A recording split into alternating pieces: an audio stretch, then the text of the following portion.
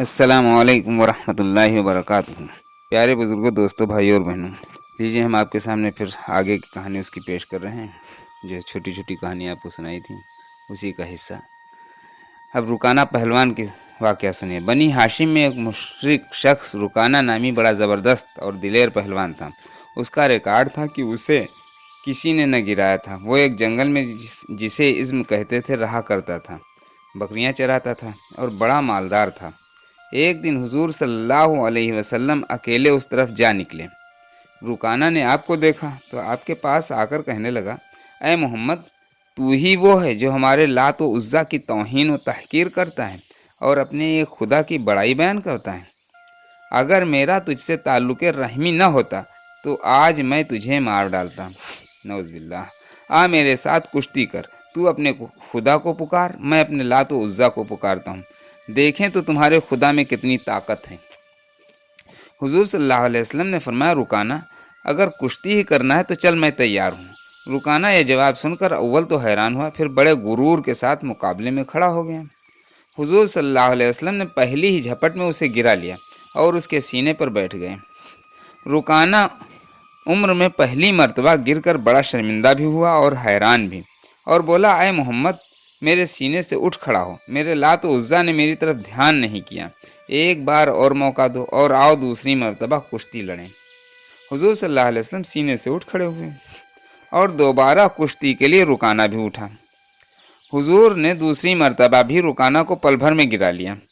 رکانہ نے کہا، اے محمد، معلوم ہوتا ہے آج میرا لات و عزیٰ مجھ پر ناراض ہے اور تمہارا خدا تیری مدد کر رہا ہے، خیر ایک مرتبہ اور آؤ، اب کی دفعہ لات و عزیٰ ضرور میری مدد کریں گے۔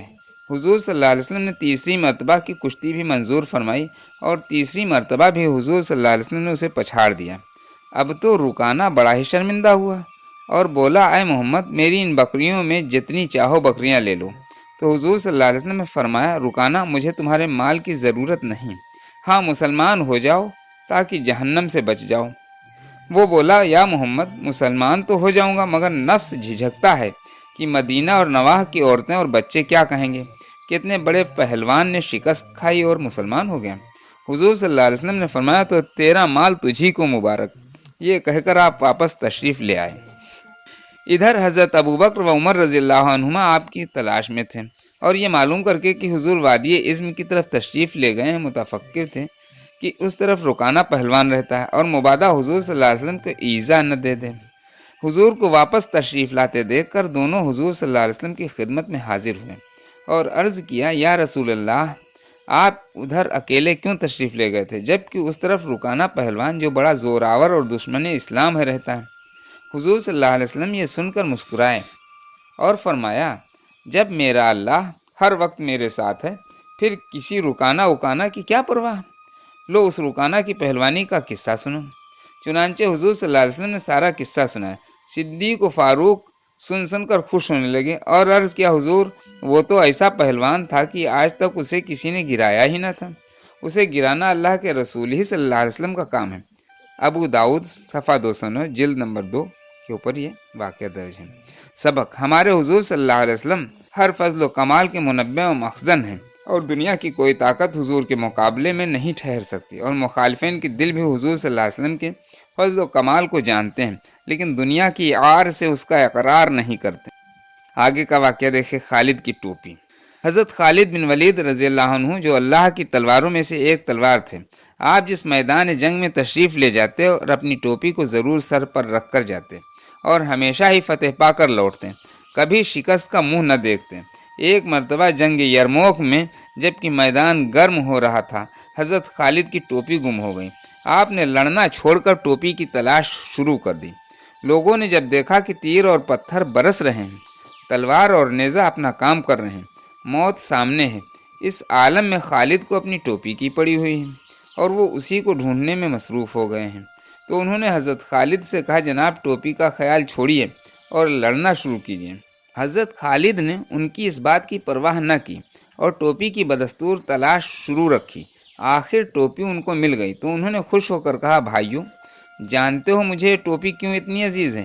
جان لو کہ میں نے آج تک جو جنگ بھی جیتی ہے اسی ٹوپی کی طفیل، میرا کیا ہے، سب اسی کی برکتیں ہیں، میں اس کے بغیر کچھ بھی نہیں، اور اگر یہ میرے سر پر ہو تو پھر دشمن میرے سامنے کچھ بھی نہیں۔ لوگوں نے کہا آخر اس ٹوپی کی کیا خوبی ہے؟ تو فرمایا یہ دیکھو اس میں کیا ہے، یہ حضور سرور عالم صلی اللہ علیہ وسلم کے سر انور کے بال مبارک ہیں جو میں نے اسی میں سی رکھے ہیں۔ حضور صلی اللہ علیہ وسلم ایک مرتبہ عمرہ بجا لانے کو بیت اللہ شریف تشریف لے گئے اور سر مبارک کے بال اتروائے، تو اس وقت ہم میں سے ہر ایک شخص بال مبارک لینے کی کوشش کر رہا تھا اور ہر ایک دوسرے پر گرتا تھا۔ میں نے بھی اسی کوشش میں آگے بڑھ کر چند بال مبارک حاصل کر لیے تھے اور پھر اس ٹوپی میں سی لیے۔ یہ ٹوپی اب میرے لیے جملہ برکات و فتوحات کا ذریعہ ہے، میں اسی کے صدقے میں ہر میدان کا فاتح بن کر لوٹتا ہوں۔ پھر بتاؤ یہ ٹوپی اگر نہ ملتی تو مجھے چین کیسے آتا؟ حجت اللہ علی العالمین صفحہ 686 پر یہ واقعہ درج ہے۔ سبق: حضور سرور عالم صلی اللہ علیہ وسلم کی جملہ برکات و انعامات کا ذریعہ ہے اور آپ کا بال شریف برکت و رحمت ہے۔